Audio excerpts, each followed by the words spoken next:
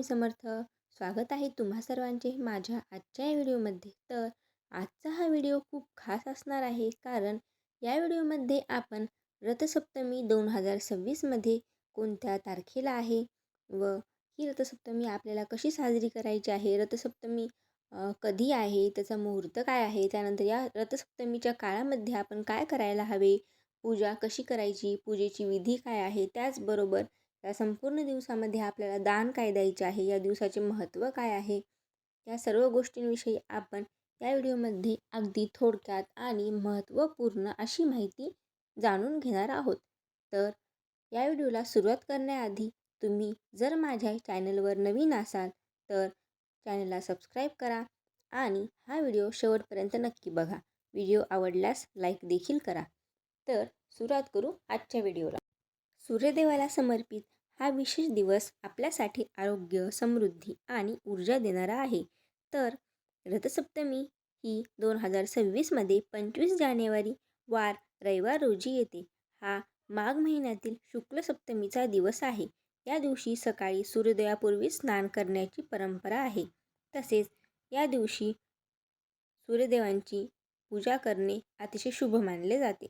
कारण रविवार हा सूर्यदेवालाच समर्पित असतो. त्यामुळे पूर्ण पौष महिना तर आपण सूर्यदेवांची पूजा केलेलीच आहे, परंतु माघ महिन्यातील रथसप्तमीला सूर्यदेवाची विशेष पूजा करण्याची एक जुनी परंपरा आहे.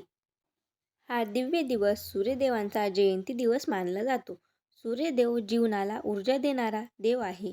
आरोग्य, उजाला, ऊर्जा आणि यशासाठी त्यांची पूजा करणे अत्यंत शुभ मानले जाते.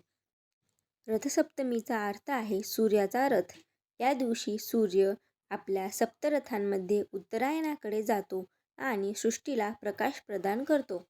आता आपण जाणून घेऊ रथसप्तमीच्या दिवशी आपल्याला ही पूजा मांडणी कशी करायची आहे व ही पूजा कशा प्रकारे आपण करू शकतो. तर वेगवेगळ्या भागांमध्ये व वेगवेगळ्या राज्यांमध्ये ही मकर संक्रांत व रथसप्तमी ही वेगवेगळ्या प्रकारे साजरी केली जाते. परंतु महाराष्ट्रामध्ये रथसप्तमीच्या दिवशी सकाळी म्हणजे सूर्योदयाच्या पूर्वी उठण्याची परंपरा आहे. त्याबरोबर सूर्योदयाच्या पूर्वी उठून स्नान करून जर तुम्ही रथसप्तमीच्या दिवशी रुईच्या 7 पानां शरीरावर ठेवून आंघोळ केली तर तुमच्या शरीरातील व्याधी म्हणजेच शरीरामध्ये असलेले जे काही रोग आजार असतील तर ते बरे होतात असे म्हटले जाते.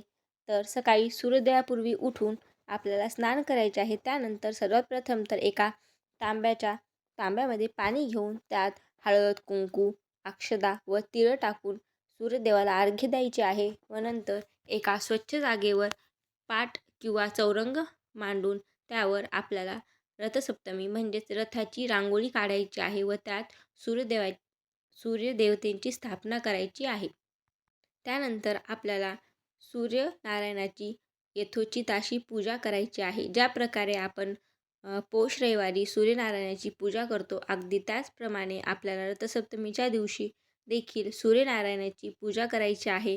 लाल पुष्प, अक्षदा, गंध, त्यानंतर सूर्यदेवतेला तिळाचा व दुधाचा नैवेद्य दाखवायचा आहे. या दिवशी महाराष्ट्रामध्ये व विविध भागांमध्ये धातूच्या भांड्यामध्ये किंवा मग मातीच्या भांड्यामध्ये गौऱ्यावर दूध तापवले जाते व ते दूध उतू जाईपर्यंत आटवले जाते आणि हा दुधाचा नैवेद्य देवतेला दाखवला जातो.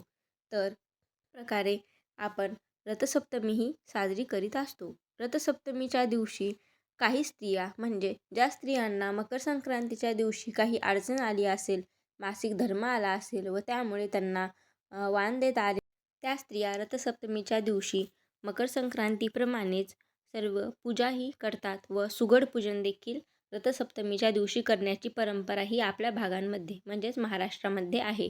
तर रथसप्तमी हा दिवस उन्हाळ्याची सुरुवात तसेच शेतकऱ्यांचा पिकांमध्ये नवीन वाढ व कापणीचा हंगाम देखील मानला जातो. तर रथसप्तमीच्या काळामध्ये जर आपण सूर्यदेवतेची पूजा केली तर नक्कीच आपल्या आयुष्यातील सर्व अडचणी दूर होतात व आपल्या राशीमध्ये सूर्य हा बळकट होतो असे शास्त्रांमध्ये व पंचांगामध्ये सांगितले आहे. तर यावर्षी रथसप्तमी ही 25 जानेवारी 2026 रोजी म्हणजेच वार रविवारी आलेली असल्यामुळे ही रथसप्तमी अतिशय खास मानली जात आहे. कारण रथसप्तमी आहे म्हणजे सूर्यदेवाला समर्पित असा हा सण आहे व तो सण रविवारी आला आहे. यामुळे तो अतिशय खास बनलेला आहे. तर तुम्ही ही रथसप्तमी नक्कीच साजरी करा आणि तुम्हा सर्वांना रथसप्तमीच्या शुभेच्छा. जर तुम्हाला आजचा हा व्हिडिओ आवडला असेल तर व्हिडिओला लाईक करा आणि चॅनलला सबस्क्राईब करायला विसरू नका. श्री स्वामी समर्थ.